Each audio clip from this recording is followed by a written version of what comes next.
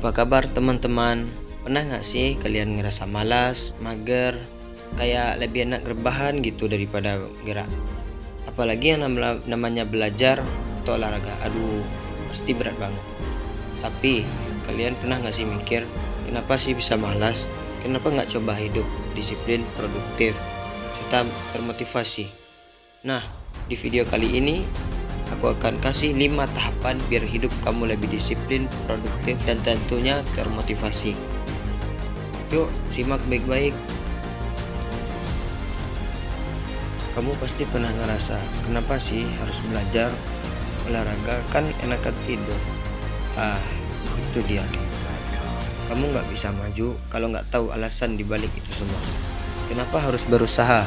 Kenapa kamu harus bangun pagi dan melakukan hal-hal yang sulit? Jawabannya itu ada di kamu.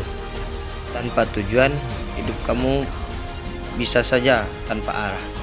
Jadi kamu harus tentukan dulu apa tujuan kamu melakukan suatu hal. Langkah kedua, kamu harus punya kesadaran. Kamu itu punya potensi dalam diri, punya 2 kaki, 2 tangan. Bahkan ada yang nggak punya 2 tangan namun bisa melakukan hal-hal yang lebih baik daripada orang yang normal. Coba deh tanya ke diri sendiri, apa yang bisa kamu lakukan untuk mencapai tujuan itu? Kesadaran ini jadi kunci utama bagi kamu, enggak cuma diam dan ngeluh. Dengan sadar, kamu tahu apa yang harus diperbaiki dan bagaimana berkembang. Tahu nggak sih, kenapa banyak orang sukses itu bisa tetap disiplin serta fokus? Ya, karena mereka punya target yang jelas. Jangan cuma asal gerak tanpa tahu kemana tujuannya.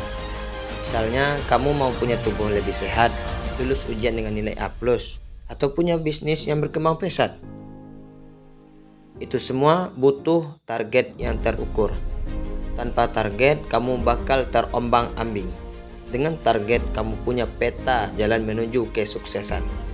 Setiap langkah yang kamu ambil akan terasa lebih berarti. Kenapa?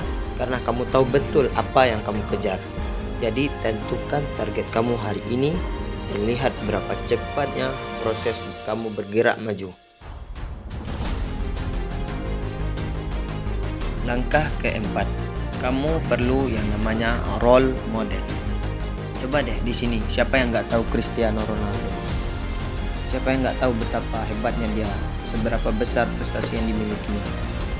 Tapi ingat ya, dia bukanlah sosok yang tidur-tiduran, scroll sosmed, terus mengharap nggak jelas, terus tiba-tiba boom jadi mega bintang.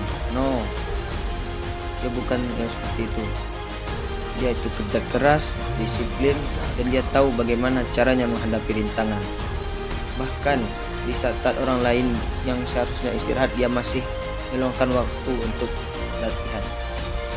Jadi carilah role model yang bisa jadi inspirasi kamu.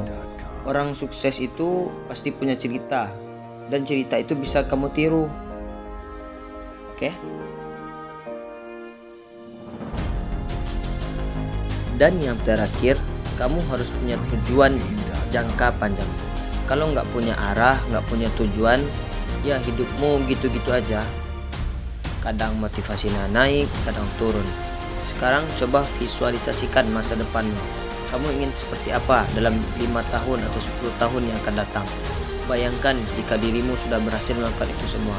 Dan itu semua tak lepas dari yang namanya proses. Kamu harus ingat kutipan ini.